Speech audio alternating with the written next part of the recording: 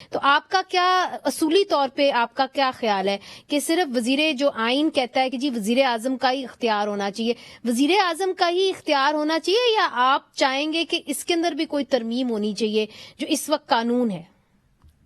دیکھیں اس میں تو بہت ساری، ہم تو کہتے بھی رہے ہیں بہت ساری چیزیں ہونی چاہیے، اس کے اندر ریفارمز آنے چاہیے، ہمیں ایوالو ہونا چاہیے ہمارے سسٹم کو، کوئی نہ کوئی میرٹ سسٹم ہمیں کہیں نہ کہیں مگر بیس یہ کرنا پڑے. سارے جو جنرل ہیں جن کے نام آ رہے ہیں یہ تو سارے سینئر ہیں، یہ سب میرٹ کے اوپر ہیں سارے کے سارے.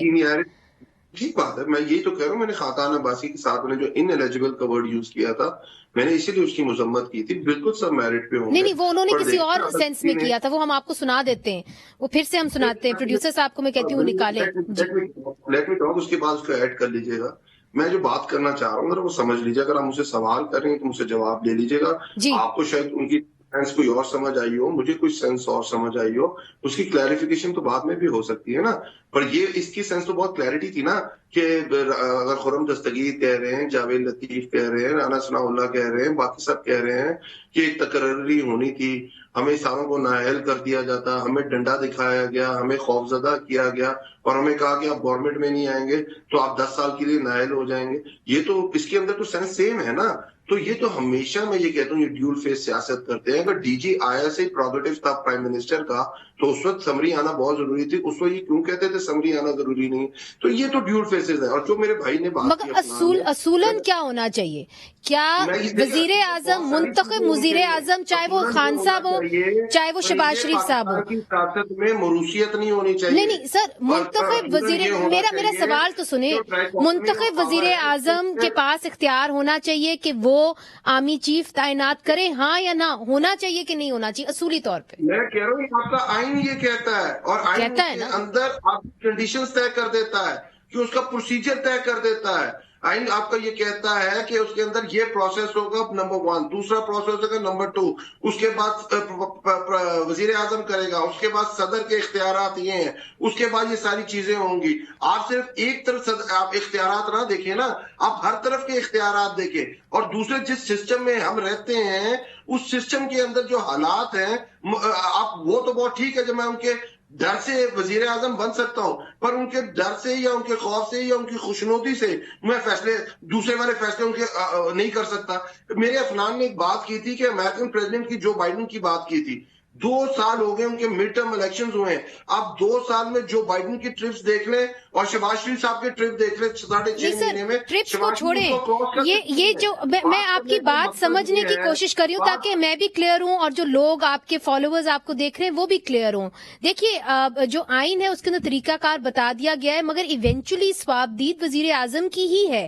اس کے اندر صدر پاکستان ان کو ریکنسیڈر کرنے کے لیے کہہ سکتے ہیں، اور اس حوالے سے 25 دن کا ایک ٹائم فریم بھی دیا گیا ہے، مگر اس سے زیادہ وہ سمری کو ہولڈ نہیں کر سکتے. تو آپ کا ہاں، تو یہ ایک طور طریقہ ہے. آپ اس طور طریقے سے بنیادی طور پہ اگری کرتے ہیں؟ عمران خان صاحب اگری کرتے ہیں کہ نہیں کرتے ہیں؟ جب آئین کے اندر ہے تو سب نے اگری کرنا ہے نا. ونیزے جو ہمیں بات کر رہا ہے اس کی طرح سمجھیں. آپ کو اس سٹیج پہ لانے کی ضرورت کیوں پڑی؟ آپ کو اگر اتنا ہی آئین کلیئر ہے تو 6 مہینے پہلے آپ کو کر دینا چاہیے تھا. آپ کو یہ خبریں کیوں اڑانے کی کوشش کرنے کے آئین کے اندر آپ ترمیم کر رہے ہیں اور ری اپوائنٹمنٹ کا ورڈ لے کے آ رہے ہیں؟ یہ آپ کو کس نے کہا تھا؟ آپ کو کس نے کہا تھا کہ یہ بندے نے اس وقت ریٹائر ہو جانا ہے، اس بندے نے اس وقت ریٹائر ہونا ہے، اس کے بعد وزیر اعظم نے کہنا ہے؟ وزیر اعظم کیا یہ سمری کے لیے 6 مہینے پہلے نہیں کہہ سکتے تھے؟ کیا وزیر دفاع جو سیکرٹری دفاع ہے کیا وہ اسٹیبلشمنٹ کے نیچے نہیں آتے ہیں؟ اگر وہ پرفارم نہیں کر رہے تو جسٹ اسٹیبلشمنٹ سیکرٹری ان کو ریموو کر سکتا ہے.